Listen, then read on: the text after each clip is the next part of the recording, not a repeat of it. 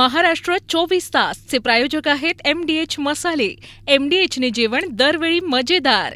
MDH दम आलू, दाल तडका आणि mushroom मसाला। MDH ने जेवण दरवेळी मजेदार। MDH सदैव तुम्हाला नवे स्वाद देण्यासाठी कटिबद्ध आहे। आम्ही विमानात सोबत होतो, देवेंद्र फडणवीस हतबल दिसले। फडणवीसांचे पंख कापण्याचं काम सुरू आहे। ठाकरेंचा घणाघात, तर मला पंखच नाहीत त्यामुळे पंख कोण छाटणार, फडणवीसांचा पलटवार।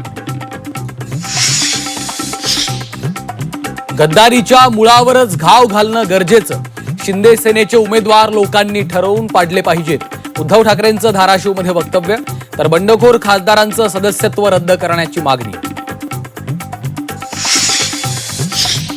राज ठाकरेंचा ईशान्य मुंबईचा दौरा, विक्रोळीत मनसेच्या शाखेचं केलं उद्घाटन। संजय दिना पाटलांच्या मतदारसंघात राज ठाकरेंचा दौरा। मुख्यमंत्री फडणवीसांकडून वाढवण बंदर प्रकल्पाच्या कामाची पाहणी। वाढवण देशातील सर्वात मोठं बंदर, स्थानिकांना सोबत घेऊनच विकास प्रकल्प। पाहणीनंतर मुख्यमंत्र्यांची प्रतिक्रिया। टीईटी पेपरफुटी प्रकरणात 3 आरोपींना 6 जुलैपर्यंत पोलीस कोठडी। पेपरफुटी प्रकरणी 2 आरोपी फरार।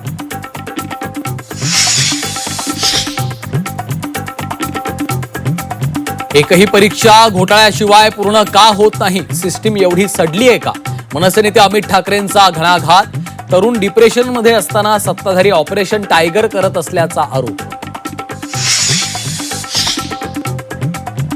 केतन अग्रवाल हत्याकांडाचं लोहगडावर सीन रिक्रिएशन। आरोपी सिया आणि चेतनला लोहगडावर नेऊन पोलिसांकडून घटनेची प्रत्यक्ष पडताळणी।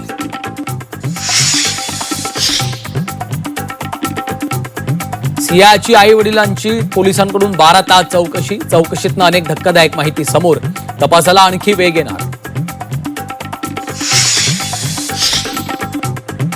अयोध्या राम मंदिर दान चोरी प्रकरणानंतर मंदिर ट्रस्टच्या प्रशासकीय रचनेत होणार बदल, तर दान चोरीची निष्पक्ष चौकशी होईल। श्रीराम जन्मभूमी तीर्थक्षेत्र न्यासाची ग्वाही।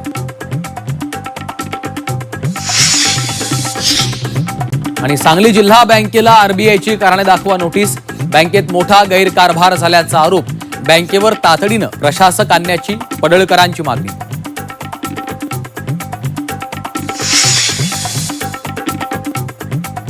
नमस्कार, मी श्रीकांत घुले, आपण पाहताय झी24 तास बुलेटिन मध्ये आपलं स्वागत। आणि सुरुवात करूयात एका महत्त्वाच्या बातमीनं। उद्धव ठाकरे यांनी देवेंद्र फडणवीसांच्या संदर्भात एक मोठं विधान केलं। पंतप्रधान पदाच्या रेसमध्ये असलेल्या नेत्यांचे पंख कापण्याचं काम सुरू आहे, असं विधान उद्धव ठाकरेंनी केलं होतं। देवेंद्र फडणवीसांचेही पंख कापण्याचं काम सुरू असल्याचं त्यांनी म्हटलं, तर दुसरीकडे आम्ही विमानात सोबत होतो त्यावेळी ते हतबल दिसल्याचं ठाकरेंनी विधान केलं। दरम्यान ठाकरेंच्या या विधानानंतर मुख्यमंत्री देवेंद्र फडणवीसांनी त्यांना प्रत्युत्तर दिलं।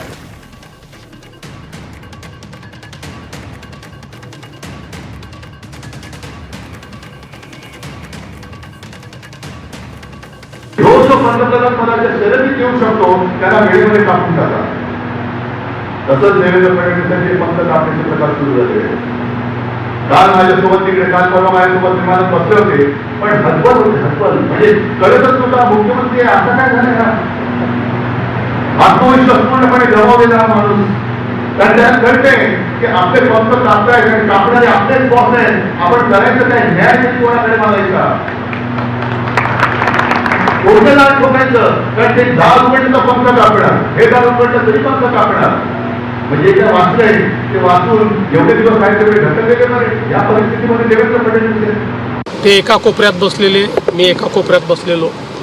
माझी सवय आहे, मी विमानात बसलो की माझ्या मोबाईलवर मी काही ना काही डाउनलोड केलेलं असतं। एखादा सिनेमा असतो, एखादा OTT असतं, OTTवरचे वेबसिरीज असते, मी ती पाहतो। त्यामुळे सुरू झाल्यापासून उतरतपर्यंत मी ती पाहत होतो। त्यामुळे माझी हतबलता नेमकी त्यांना कुठे दिसली? दुसरं, मी मनुष्य असल्यामुळे मला पंखच नाही आहेत, ते माझे पंख कोण छाटणार आहे? पण माझ्यासोबत महाराष्ट्रातल्या 14 कोटी लोकांचा आशीर्वाद आहे, माझ्या वरिष्ठांचा आशीर्वाद आहे, त्यामुळे काही काळजी करू नका। तर उद्धव ठाकरे यांनी केलेल्या विधानानंतर जयकुमार गोरे आणि चंद्रकांत पाटलांनी देखील उद्धव ठाकरे यांच्यावर टीका केली आहे। उद्धव ठाकरे साहेब आता फ्रस्ट्रेशन मध्ये आहेत। त्यांना आपण पाहिलं असेल की असते एक एक करत जवळजवळ मला वाटतं बहुतांश लोकांनी सोडलेलं आहे. आणि जेव्हा अशी परिस्थिती निर्माण होते तेव्हा फ्रस्ट्रेशन येतं आणि फ्रस्ट्रेशन मध्ये काही लोक काही बोलत असतात. त्याकडे फार लक्ष द्यायची आवश्यकता नसते. आपण फार लक्ष देऊ नका.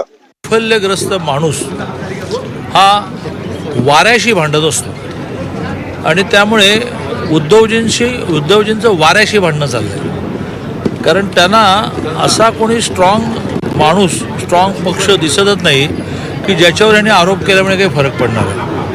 मग माणसाला आपल्या मनातली व्यथा कुठेतरी मांडायची असते. बंडखोर खासदारांचं सदस्यत्व रद्द करण्याची मागणी उद्धव ठाकरे यांनी केली आहे. कायद्याचं राज्य असेल तर 6 फुटीर खासदारांना बाद करण्यात यावं. लोकसभा अध्यक्षांनी कायद्याचं पालन करावं असं देखील उद्धव ठाकरे यांनी म्हटलेलं आहे.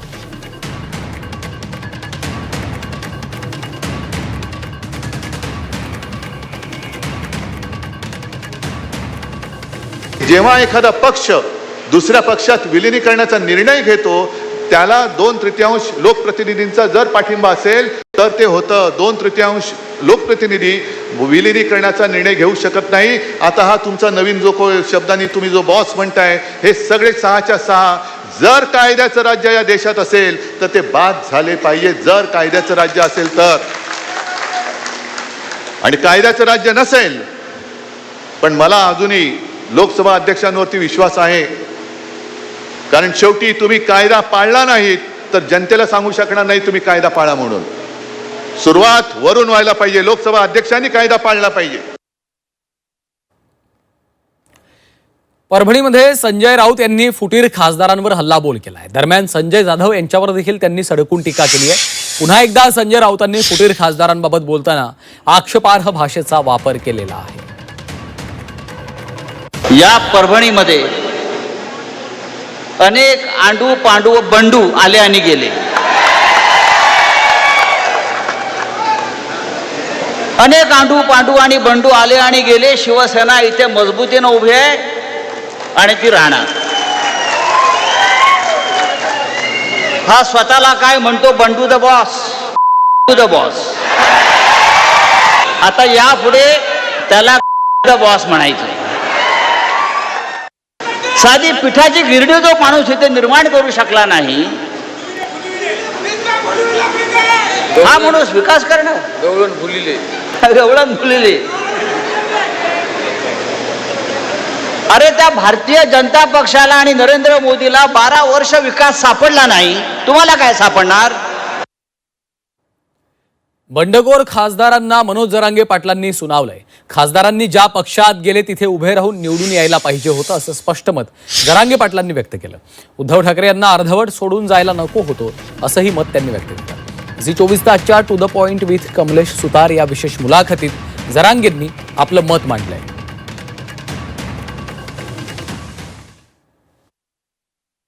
नुकताच एक शिवसेना उद्धव बाळासाहेब ठाकरे पक्षामध्ये पुन्हा एकदा बंडखोरी झाली. तुम्हाला विचारण्याचं कारण म्हणजे त्यातले बहुतांश खासदार मराठवाड्यातले आहेत.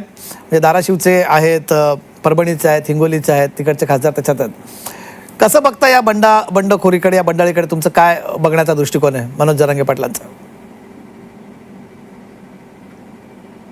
नाही, मी त्या राजकारणात पडत नाही दादा, कधीच पडत नाही. ते कुंकडं जाऊन काय हो आमचं कुणीच नाही. आमचं म्हणजे जनतेचं, आता मराठा समाज म्हणून नाही म्हणत, जनतेचं कुणीच नाही. जे ते आपल्या सोयीने चाललेत. कोण कोणाचंही काही मेळ लागाना, काही ताळ लागाना, कोणी कोणाचं बसतंय, कोणी कोणाचं उठतंय, काही मेळ लागत नाही. परंतु असं व्हायला नको, असं व्हायला नाही पाहिजे कधीच की निवडून आलाय न दुसरीकडे गेलाय असं नाही. तुम्ही जाऊ नका असं म्हणणं नाही. तुम्ही भाजपमध्ये जा, शिंदे साहेबाकडे जा, तुम्ही कोणाकडे जा.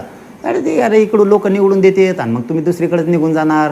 त्याचे अर्थ वेगळे होते. उदाहरण द्यायचं ठरलं समजा तर तरचा विषय चाललाय, ते गेले का माझं दुःख नाही, नाराजी नाही. पण मला वाटतंय ते मी प्रखर बोलणार, मी सोडणार नाही बोलायचं. बिलकुल असं अर्धवट कुणाला सोडून कधी गेला नाही पाहिजे. कारण ते अजिबात नाही जायला पाहिजे. कारण तुम्ही भाजपचे आहेत, उद्या खासदार निवडून आले, तुम्ही जाताना काँग्रेसमध्ये, असं कसं चालत. तुम्ही शिवसेनेतून निवडून आले, तुम्ही जाणार इकडं राष्ट्रवादी, असं कसं चालत. तुम्ही असं नाही करायला नाही पाहिजे कधीच. तुम्ही तिकडून उभा राहा, तिकडं जा आणि निवडून या, काही अडचण नाहीये. पण असं धोके देऊन जायला नाही पाहिजे. ते माझं वैयक्तिक मत आहे, याच्यात काय म्हणजे शिंदे साहेबाकडे गेले म्हणून काय माझं ही नाही, शिंदे साहेबाचं माझं मित्रत्व आहे, त्याचं काही अडचण नाहीये. पण काय होतं ते सांगतो तुम्हाला. समजा उदाहरणार्थ त्यावेळेस आता आम्ही म्हणलो भाजपचं एक बी खासदार निवडून नाही येऊन द्यायचं, हा नाही आले समजा, हा सगळे पडले. आता उद्या फडणवीस साहेब काय म्हणते, जरांगे पाटील तुम्ही किती का पाडा आमची, तुम्ही निवडून दिलेच आम्ही आमच्याकडे आणून, काय आमच्या मरमरीला अर्थ राहिला जनतेच्या आणि आमच्या. समजा उदाहरणार्थ त्याच्यापेक्षा ते भाजपचे निवडून आलेले चांगले नाही का? मग अशी मनस्थिती लोकांची होती. मी जितेश्वरातला हे लय भयानक सांगायला लागलोय, कारण लोकांचा रोष, शेतकऱ्यांचा रोष समजा सरकारविषयी किंवा महाविकास आघाडीविषयी, हा, आणि लोकांनी आम्ही आणले कोतो निवडून, चाल भाजपचे पुरे पाडायचे खासदार, एक नाही येऊन द्यायचा, आणि पाडले पुरे जवळपास 29 ते 31 खासदार पाडले समजा आम्ही भाजपचे, आणि जाहीर आहे ते काय आता खरं खोटं सांगायची काय गरज नाही, पाडले आम्ही. हा, आणि मग आता फडणवीस साहेब उद्या आम्हाला हसत बी म्हणायला बसलेत ना, अहो जरांगे पाटील तुम्ही किती पाडा आमचे, पडू द्या, निवडून आलेले आम्ही आमच्याकडे आणून, काय राहिला आमचा घंट्या. मी तुम्हाला एकच सांगतो की ह्या सगळ्या प्रश्नाचं उत्तर मी माझ्या कामातनं देईन. आणि आपल्या माहितीसाठी मला आपल्याला सांगायचंय की 2019ला मी पहिल्यांदा निवडून आलो, त्याही वेळेस माझ्यावर अशी टीका करण्यात आली की फक्त मोदींमुळे तुम्ही निवडून आले. मी 19 ते 24 माझ्या मतदारसंघामध्ये काम केलं. त्या कामाच्या आधारे ज्यावेळेस मी लोकांच्या समोर गेलो त्यावेळेस मी त्यांना आवाहन केलं की मी 19ला 1,29,000 मतांनी निवडून आलो होतो. जर तुम्हाला वाटत असेल की ओमराजेची गरज आहे खासदार म्हणून, ओमराजेचं खासदार म्हणून काम चांगलं आहे, तर मला त्याच्यापेक्षा 1 मत जास्त टाका असं मी आवाहन केलं होतं. लोकांनी म्हणला 3,29,846 एवढं मताधिक्य दिलं. आज सुद्धा माझ्याबद्दल काय बोललं जातं हे बघत बसण्यापेक्षा सर्वसामान्य लोकांना जर ओमराजे खासदार म्हणून योग्य वाटत असेल, त्याचं काम योग्य वाटत असेल, तर निश्चितपणे लोक 2029ला मतातनं त्या ठिकाणी दाखवून देतील. किडण्या विकून त्याला पैसे द्यायला तयार झालेले आहेत, तरी हा माणूस गेला. सर्व काही मिळालं, आमदार केलं, खासदार केलं, ठाकरे कुटुंबाचं प्रेम मिळालं, शिवसैनिकांचं प्रेम मिळालं, आणि तू जो खासदार झालास तो काय तुझ्या स्वतःच्या ताकदीवर आणि हिमतीवर झाला नाहीस. या हजारो शिवसैनिकांनी तुझ्यासाठी मेहनत केली, कष्ट केले, त्याग केला, आणि त्याग सुद्धा साधा नाही. अनेक शिवसैनिकांनी आपल्या प्राणांचं बलिदान याला खासदार करण्यासाठी दिलेलं आहे. 7 मे 2024ला समाधान पाटील, 7 मे 2024ला भूम तालुक्यातल्या पाटसांगवी गावातला शिवसैनिक समाधान पाटीलची हत्या झाली. मतदान केंद्राच्या बाहेर. ती हत्या कोणी केली? ती हत्या शिंदेच्या लोकांनी केली, शिंदे गटाच्या गंडाने केली ती हत्या. आणि आज हा खासदार त्या मारेकरांच्या गोटामध्ये जाऊन बसलेला आहे. लाज वाटली पाहिजे. ज्याने तुझ्यासाठी प्राणांचं, त्याला विचारलंस, त्याच्या आत्म्याला विचारलंस की तू माझ्यासाठी प्राणाचं बलिदान केलंय, तुझी हत्या झाली, मी पक्ष सोडू का? त्याच्या आत्म्याला विचारलंस? नाही. मारेकरांच्या गोटात सामील झाला. असा हा भामटा, असा हा सोंगड्या, याला आता धाराशिवच्या रस्त्यावर फिरू देऊ नका. शिवसैनिकांनो, हा भामटा पक्ष सोडून का गेला याची अनेक कारणं दिली जातात. तो म्हणतो की मी विकासासाठी गेलो. कोणाचा विकास? कोणाचा विकास? काय विकास केला? 2 वेळा खासदार, 1 वेळा आमदार आहे. काय केलं? या धाराशिवची का दुबई केली, का सिंगापूर केलं, कॅनडा केलं? काय केलं? काही केलेलं नाही आहे. तो का गेला? आता ऐका, तो का गेला? तो गेला कारण त्याने त्याच्या बँकामध्ये, त्याच्या पतसंस्थांमध्ये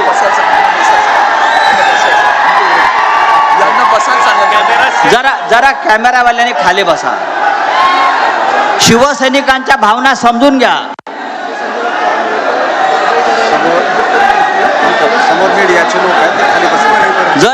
जरा शांत राहा.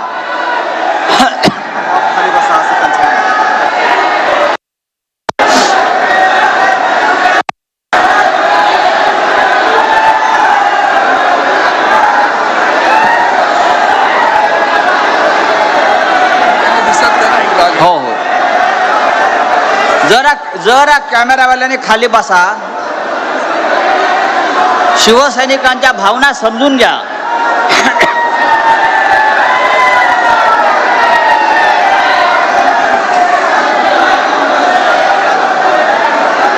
हा भामटा का गेला? प्रचंड भ्रष्टाचार केला त्याने, त्याच्या कुटुंबानं.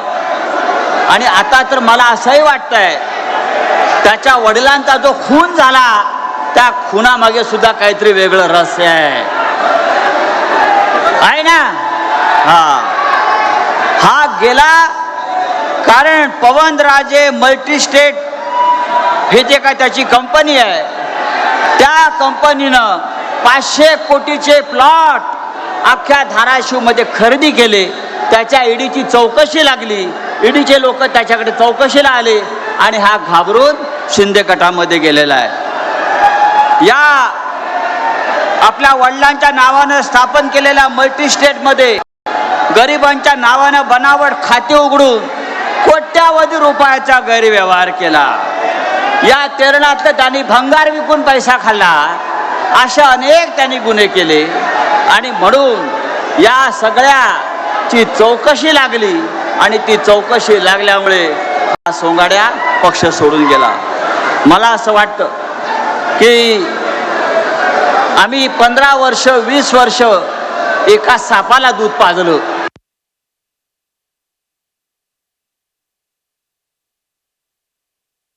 बघा, आपण सर्वजण ही सभा पाहण्यासाठी आहोत, साहेबांचे विचार ऐकण्यासाठी आहोत. तद्वतच महाराष्ट्रात लाखो करोडो लोक साहेबांचे विचार या सभेच्या माध्यमातून ऐकणार आहेत आणि हे विचार त्यांच्यापर्यंत या कॅमेऱ्याच्या माध्यमातून पोहोचणार आहेत. हात जोडून विनंती आहे, शांतता राखा, कृपया शांतता राखा. इलेक्ट्रॉनिक मीडिया तुमचंही सहकार्य असू द्या. साहेब दिसतील, साहेब बोलतील, कृपया सर्वजण शांत राहा. आदरणीय राऊत साहेब शांत राहा. छत्रपती शिवाजी महाराज की.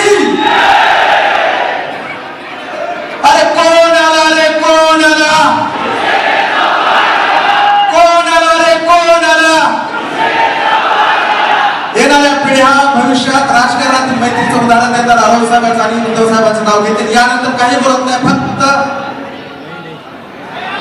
साहेब आपल्या महाराष्ट्राचे पालक यांनी कोरोना काळामध्ये महाराष्ट्रात तळहातावरच्या फोडासारखा जपला, लहान बाळासारखा जपला, महाराष्ट्र राखला.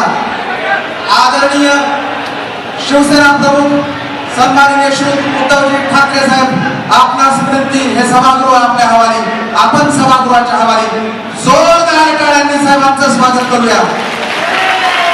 कोण आला रे, कोण आला, कोण आला रे, कोण आला. आता शांत राहायचं सर्वांनी. साहेब सर्वांशी संवाद साधतील.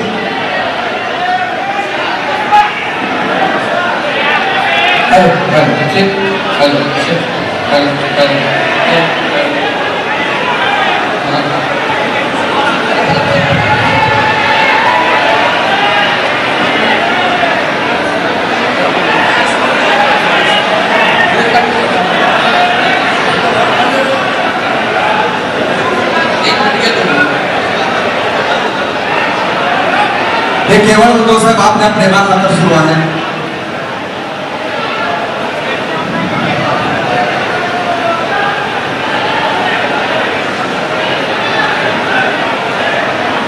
साहेब हे सभागृह, हा महाराष्ट्र तुम्हाला पाहतोय, तुम्ही यांच्या हवाली, सभागृह तुमच्या हवाली. टाळ्यांच्या गजरात जोरदार स्वागत.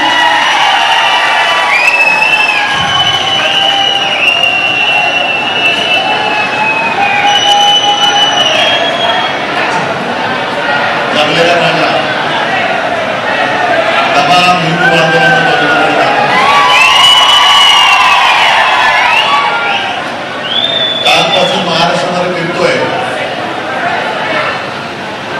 आणि महाराष्ट्रामध्ये काय चित्र आहे ते आपण सगळे पाहता. आवाज येतोय रे बरोबर?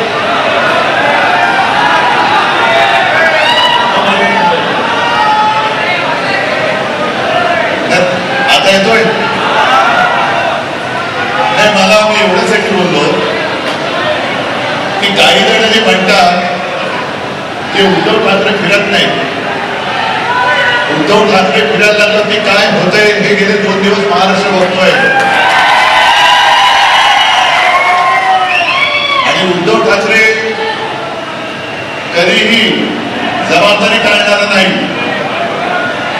पण उद्धव ठाकरे फिरायला लागलेला आहे.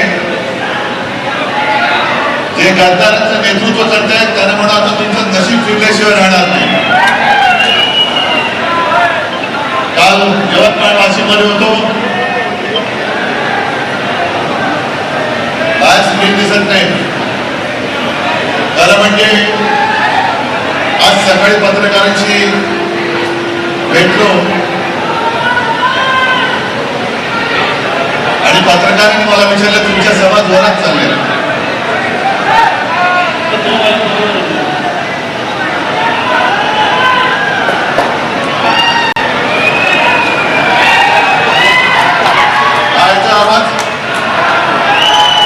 आवाज येतोय ना बरोबर? पत्रकार मला म्हणाले तुमच्या सभा जोरात चालल्या. म्हटलं या सभा नाहीच आहे, ही माझी कौटुंबिक बैठक आहे. सगळे माझे कुटुंबीय आहेत आणि त्यांना मी भेटण्यासाठी आलो, त्यांना मी भीम द्यायला आलेलो आहे. आणि तुमच्या साक्षीने जसं कैलास तुम्ही सांगितलं तसं मी तुम्हाला तमाम धाराशिवकरांना आणि महाराष्ट्राला सांगतोय की आणि किती गद्दार बोलू देत, पण तुमच्या उरावरती भगवान रोल्याशिवाय उद्धव ठाकरे शांत बसणार नाही. मला अभिमान वाटतोय कैलासचा, मला अभिमान वाटतोय प्रवीण स्वामींचा. तसे 3 खासदार माझ्यासोबत आलेलेच आहेत. एक संजय राऊत आहेत. अभिमान वाटतोय कैलासचा, मला अभिमान वाटतोय प्रवीण स्वामींचा. तसे 3 खासदार माझ्यासोबत आलेलेच आहेत. एक संजय राऊत आहेत, अनिल देसाई, अरविंद सावंत आणि चौथा आपला कट्टर निष्ठावंत राजाभाऊ वाजे नाशिकचे खासदार. मानलं पाहिजे तुम्हाला. म्हणजे अरविंद सावंतांचं कौतुकच म्हणा. केंद्रामध्ये मंत्री होते आणि भाजपने दगा दिला. त्यावेळेला मी अरविंदना फोन करून तुम्हाला राजीनामा द्यावा लागेल. अरविंदने एकही प्रश्न विचारला नाही, फक्त येस सर फोन ठेवला आणि जाऊन मोदींच्या तोंडावरती राजीनामा फेकून आले. दुसरे अनिल देसाई, त्यांच्याही समोर 2014ला मंत्रिपदाचं पान वाढलेलं होतं, पण त्याही वेळेला भाजपने दगाबाजी केली. समोर दिसत असलेलं मंत्रिपद नाकारून अनिल देसाई परत आले. संजय राऊतांच्या नादी कोण लागतच नाही, त्याच्यामुळे तो काय प्रश्नच नाही. पण कैलास जेव्हा 2022ला या गद्दार शिरोमणीने पहिल्या प्रथम जेव्हा आपल्याला फोडाफोडीच्या राजकारणामध्ये गुंतवलं, सगळ्यांना गाड्यात भरून घेऊन चालले होते गुजरातला त्यांच्या माहेरी, तेव्हा कैलासने मला फोन करून सांगितलं की साहेब मी आम्हाला कुठे नेतात कळत नाही, पण मला जायचं नाहीये.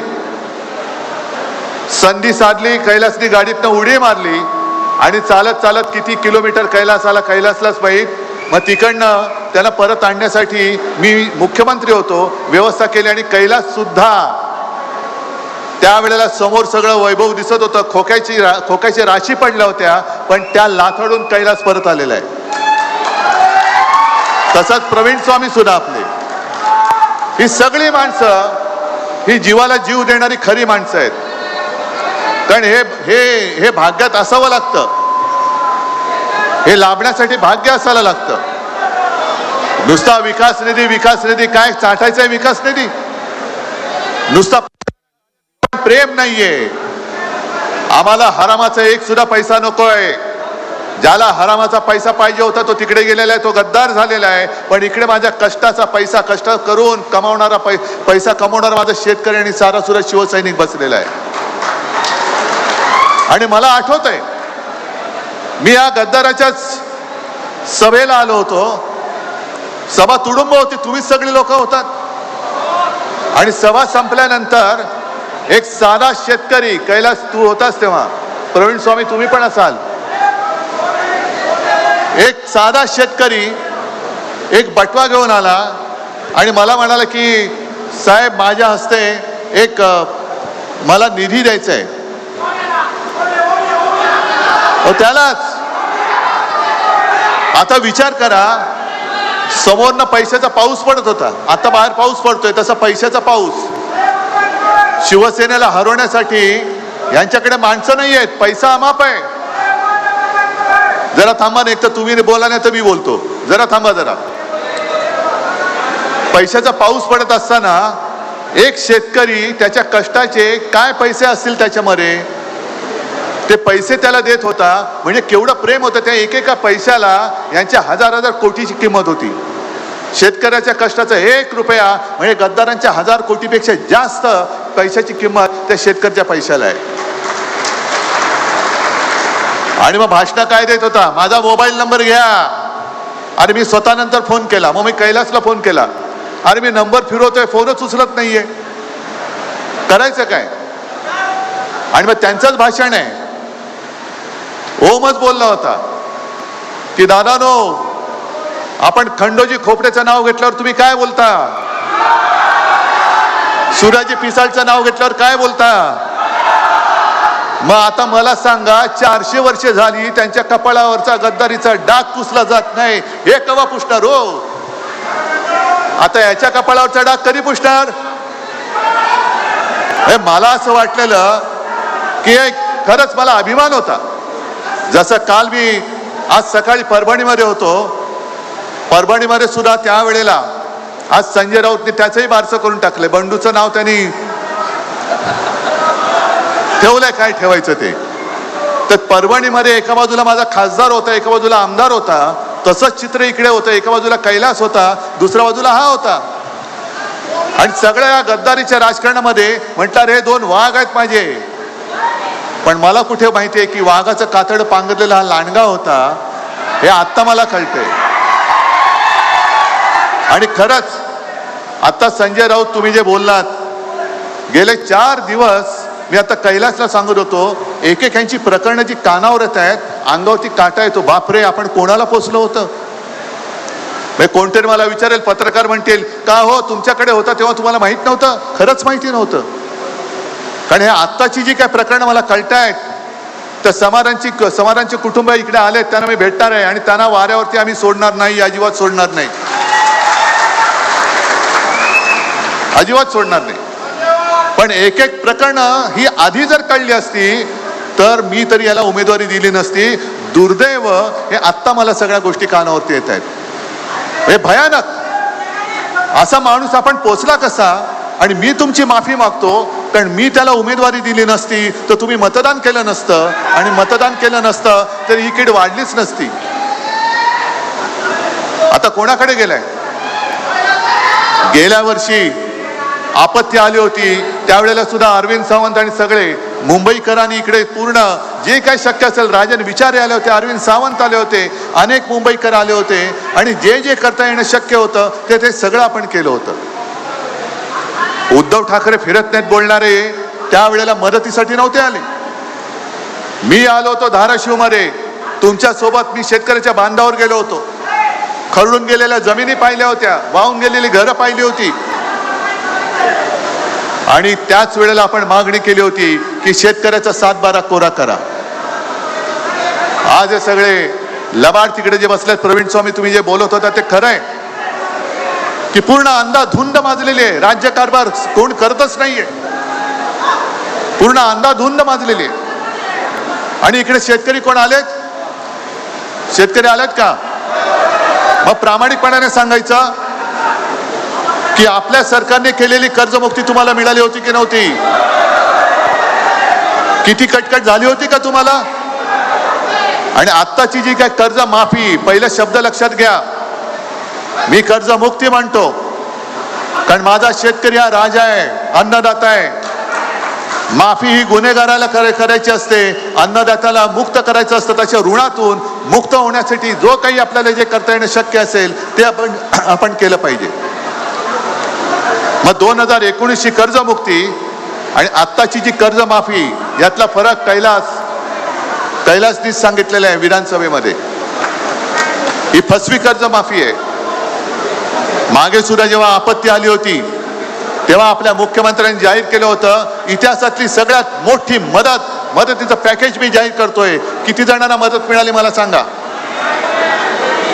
ज्यांच्या जमिनी खरडून गेल्या होत्या त्यांना 3.5 लाख रुपये गुंठा का काय एकर का काय हेक्टर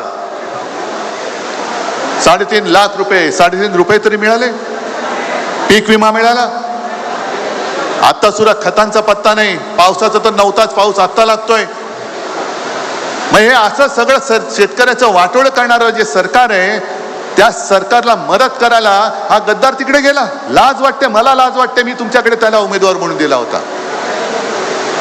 हे सगळं अंधाधुंद चाललेली आहे. फसवणुकीचा कारभार चाललेला आहे. आणि त्यांचे जे काही रील्स येत आहेत आता विमानामध्ये बसलेत. परभणीचा गद्दार बसलेला, यवतमाळचा बसलेला, हिंगोलीचा बसलेला, हा चढायचा बाकी होता.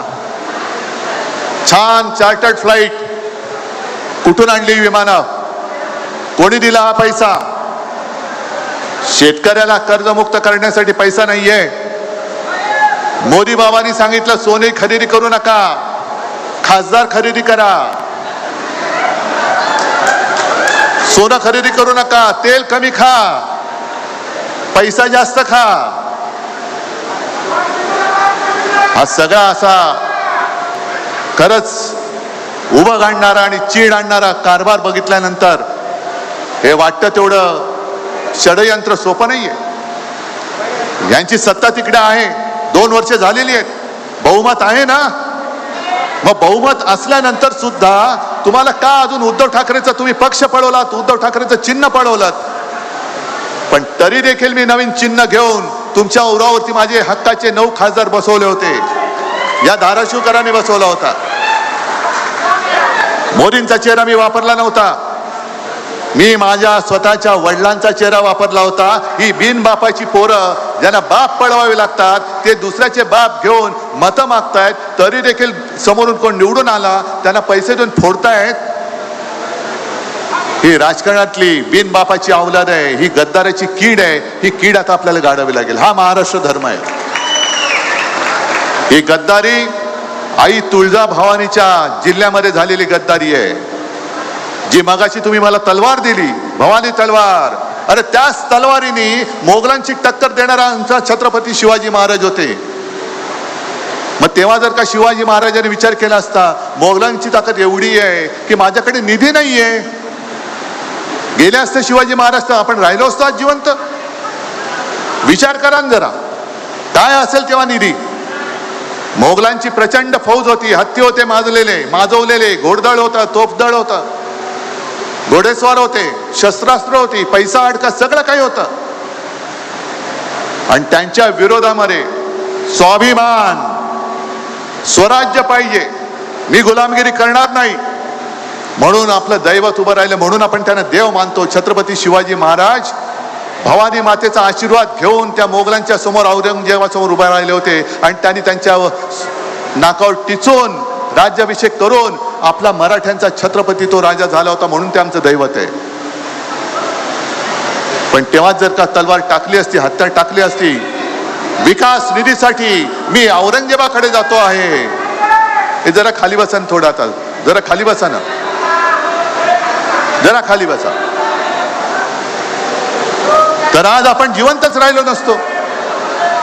मग आता जो काही विकास निधीचा आहे आणि जो काही रट्टा लावलेला आहे, हा विकास निधी तुमच्यासाठी नाही, हा विकास निधी स्वार्थासाठी आहे. आणि जे संजय राऊत बोलले ही अशी रोज माझ्याकडे प्रकरण येत आहेत. कारखान्यामध्ये घोटाळा, पवनचक्कीमध्ये घोटाळा, बाकीची लफडी, बाकीचे काय कुलंगडी आहेतच. बोलायचं म्हटलं तर त्याच्यावरती एक वेगळी सभा घ्यावी लागेल. आणि तरीच मला एक गोष्ट आता आठवली की जेव्हा आपण खासदारांची बैठक घेतली होती तेव्हा काही खासदारांनी कारणं दिली होती. यवतमाळचा खासदार बोलला माझ्या मुलीला पाहायला पाहुणे येणार आहेत, सोयरीक जुळवायचे. म्हटलं नका येऊ. हे पलीकडचा गद्दार म्हणाला हिंगोलीचा माझा पोरगा निवडणूक लढतोय, नका येऊ. हा इथला बोलला, माझा मुलगा हॉस्पिटलमध्ये आहे पुण्याला. म्हटलं नका येऊ. एक शिर्डीचे आहेत, त्यांची पत्नी आजारी होती, म्हटलं नका येऊ. पण जेव्हा व्हिडिओमध्ये सगळे दिसायला लागले तेव्हा मी इथल्या ओमला विचारलं, अरे म्हटलं ओम तुझा चेहरा बरोबर दिसत नाहीये, काय तणाव आहे का तुझ्यावर, का रात्री झोपलेला नाहीयेस? नाही माझं सगळं बरोबर आहे, मी काय माझं काय बरोबर आहे सगळं. पण त्याच वेळेला माझ्या मनामध्ये पाल चुकली, ह्याचा चेहरा साफ नाहीये, ह्याचा चेहरा साफ नाहीये, ह्याच्या मनामध्ये पाप आहे. आणि तुमच्या माहितीसाठी सांगतो, त्याला जपायचा मी शेवटपर्यंत प्रयत्न केला, खोटं कशाला सांगू, शेवटपर्यंत प्रयत्न केला. अगदी आदल्या रात्री मध्यरात्री 1:30 वाजता 1:45 वाजता कैलासला आणि वरुणला मी त्याला भेटायला पाठवलं होतं. आणि त्याला फोनवरती म्हटलं होतं की बघ ओम, मला ओमराजे पाहिजे, त्याला खासदार पाहिजे, निर्णय तू घे.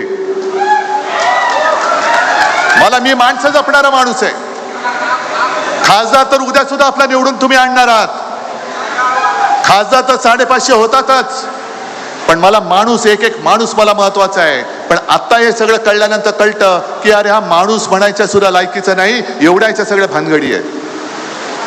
काय करायचं, काय करायचं काय? शेवटी एक व्रत घेऊन आपण पुढे निघालेलो आहोत.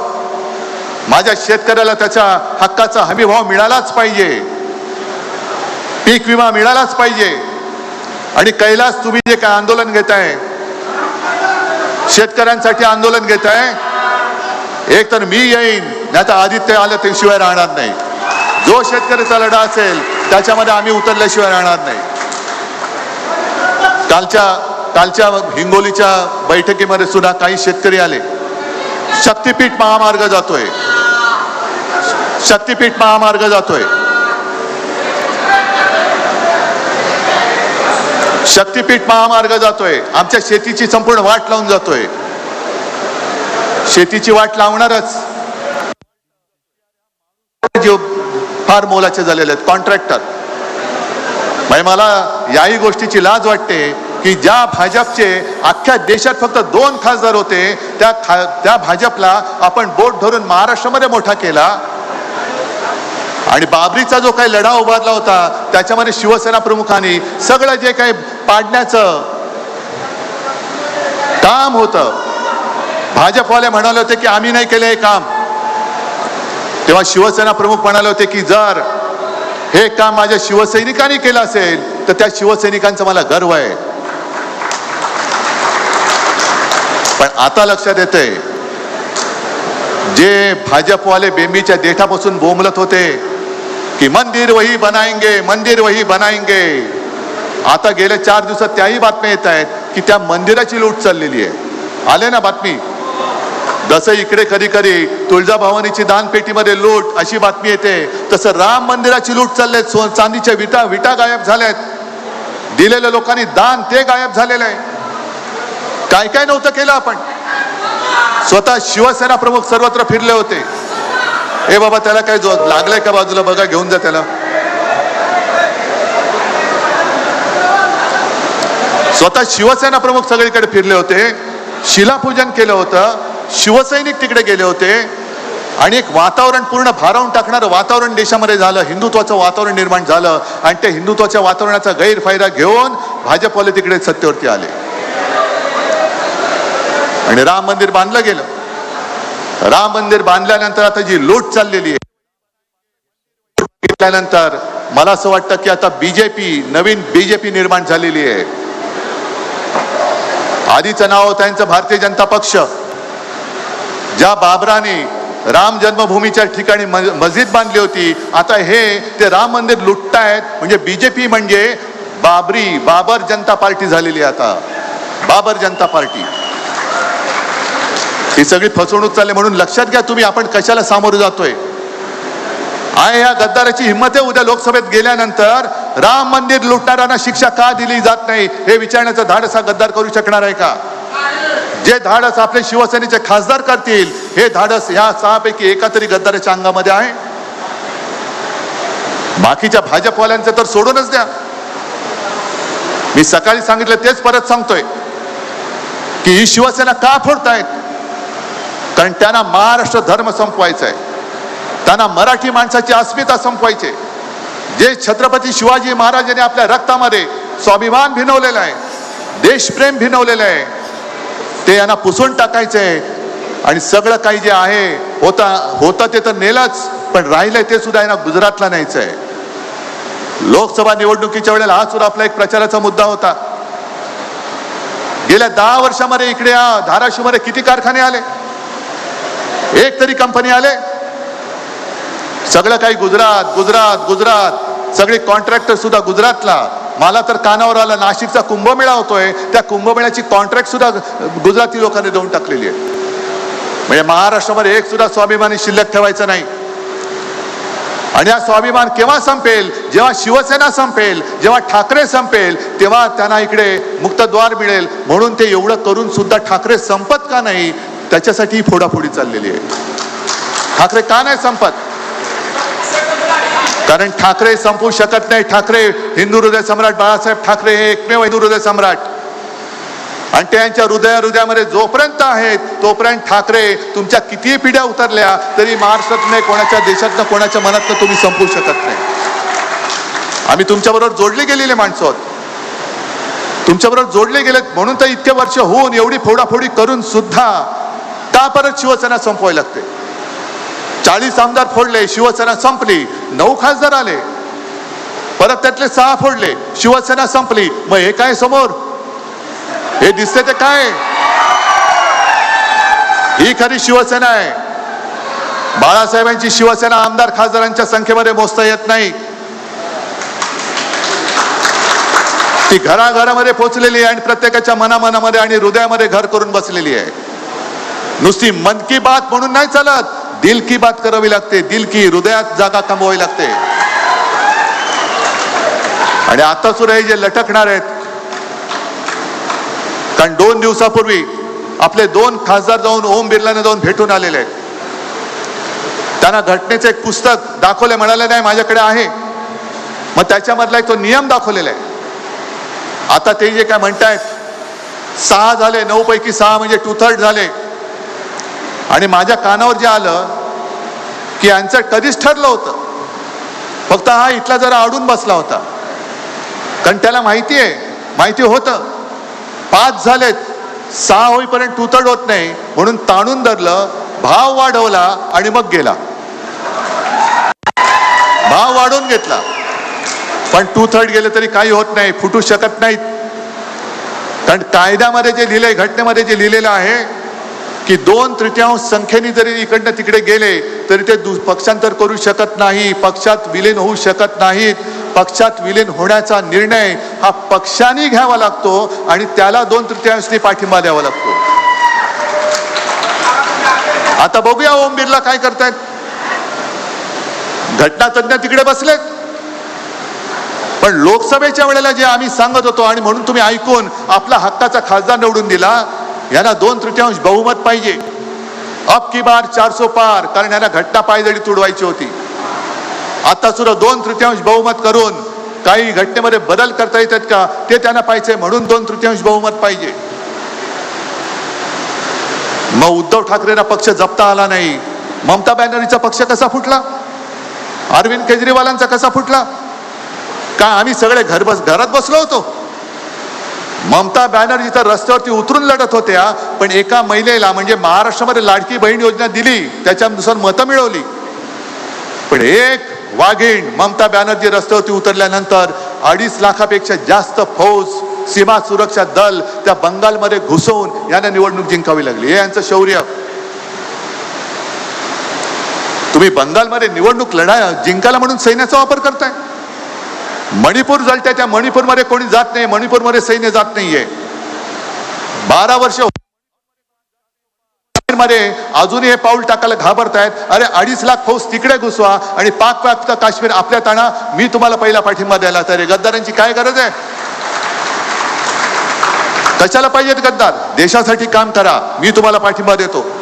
घुसवा पाक व्याप्त काश्मीरमध्ये फौज, आणा तो पाक व्याप्त काश्मीर माझ्या भारतामध्ये, मी तुम्हाला उद्धव बाळासाहेब ठाकरे तुम्हाला जाहीर पाठिंबा द्यायला तयार आहे. करून दाखवा हिंमत असेल तर.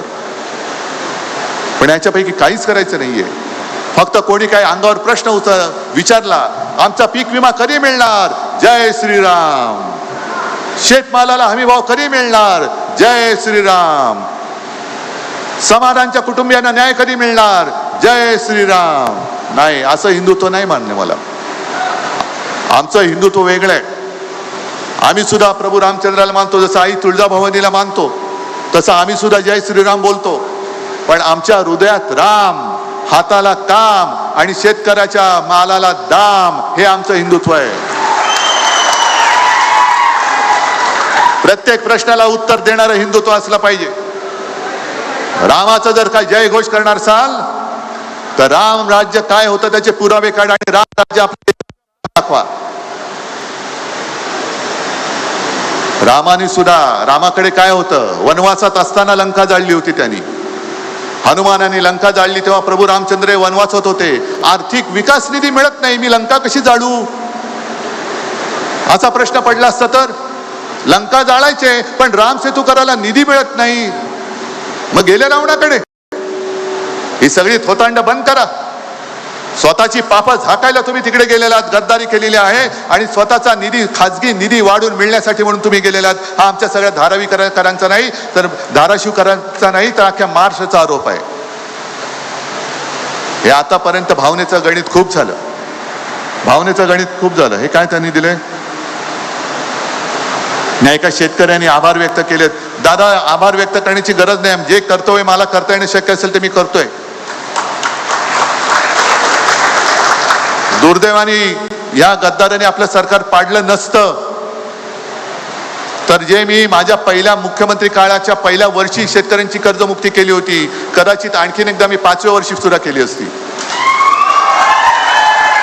कारण मला जाणीव आहे बंद पडलेला असताना महाराष्ट्राचं अर्थचक्र जर कोणी चालू ठेवलं असेल तर ते माझ्या अन्नदात्या शेतकऱ्यांनी चालू ठेवलेलं आहे. संपूर्ण जग लॉकडाऊन मध्ये होतं. वर्क फ्रॉम होम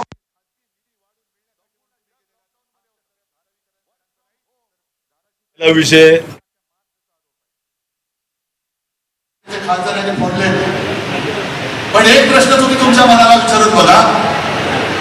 ज्या गटामध्ये गेलेले, शिंदे सेनेमध्ये, बिंदे सेनेमध्ये, गुलाम सेनेत गेले, त्या गुलामांचं काय भवितव्य आहे का? भवितव्यच नाहीये. कारण वापरा आणि फेकाळी भाजपची नीती आहे. मग हे 6 खासदार भाजपामध्ये का नाही गेले? आहे प्रश्न कोणाला पडलाय?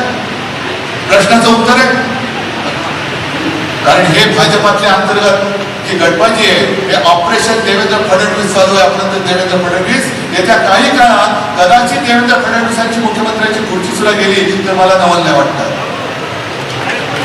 हे मोठं खटकारस्थान सुरू आहे. कारण प्रत्येक गोष्टीला एक शेवट असतो.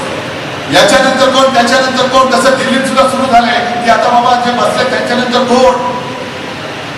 मग त्यांच्यात जी काही रसिक सुरू झाले, तू का मी जे जे पंतप्रधान पदाच्या शर्यतीमध्ये आहेत त्या सगळ्यांचा पत्ता 29 पर्यंत कट होतोय की नाही तुम्ही बघा. 29 साल 3 वर्ष राहिले. एक मध्य प्रदेशचे मुख्यमंत्री होते शिवराज सिंग चौहान. त्यांच्या चेहऱ्यावरती मध्य प्रदेशची निवडणूक भाजप जिंकली होती. अत्यंत लोकप्रिय माणूस. सगळेजण आले मामा आ जाओ, मामा आ जाओ, मामा आ जाओ. मग दिल्लीत पण बोलवलं मामा आ जाओ आणि मामा को डाल दिया अडगडीमध्ये. मामाचं आता नावच नाही कोणते. कारण कदाचित मामा पंतप्रधान पदाच्या शर्यतीत उतरले असते. एवढे शिवराज चौहान हे तिथले लोकप्रिय नेते होते. त्याच्या यादी नितीन गडकरी आपल्या महाराष्ट्रातला मराठी माणूस भाजपचे अध्यक्ष होते. दुसरी टर्म त्यांना मिळत होती. बरोबर त्यांच्या भानगडी काढल्या गेल्या आणि त्याने ते फेकून दिलं का कडा परत अध्यक्ष झाला तर संघ ह्याला पंतप्रधानपदी बसवेल. संघाचा पाठिंबा गडकरी ना होता आणि गडकरी पंतप्रधान होऊ नये म्हणून गडकरीचे पंख छाटले गेले. आणि आता तेच परत देवेंद्र फडणवीस. देवेंद्र फडणवीस दिल्लीत जायची स्वप्न बघतायत. पंतप्रधान पदाची करायची पदर असतील.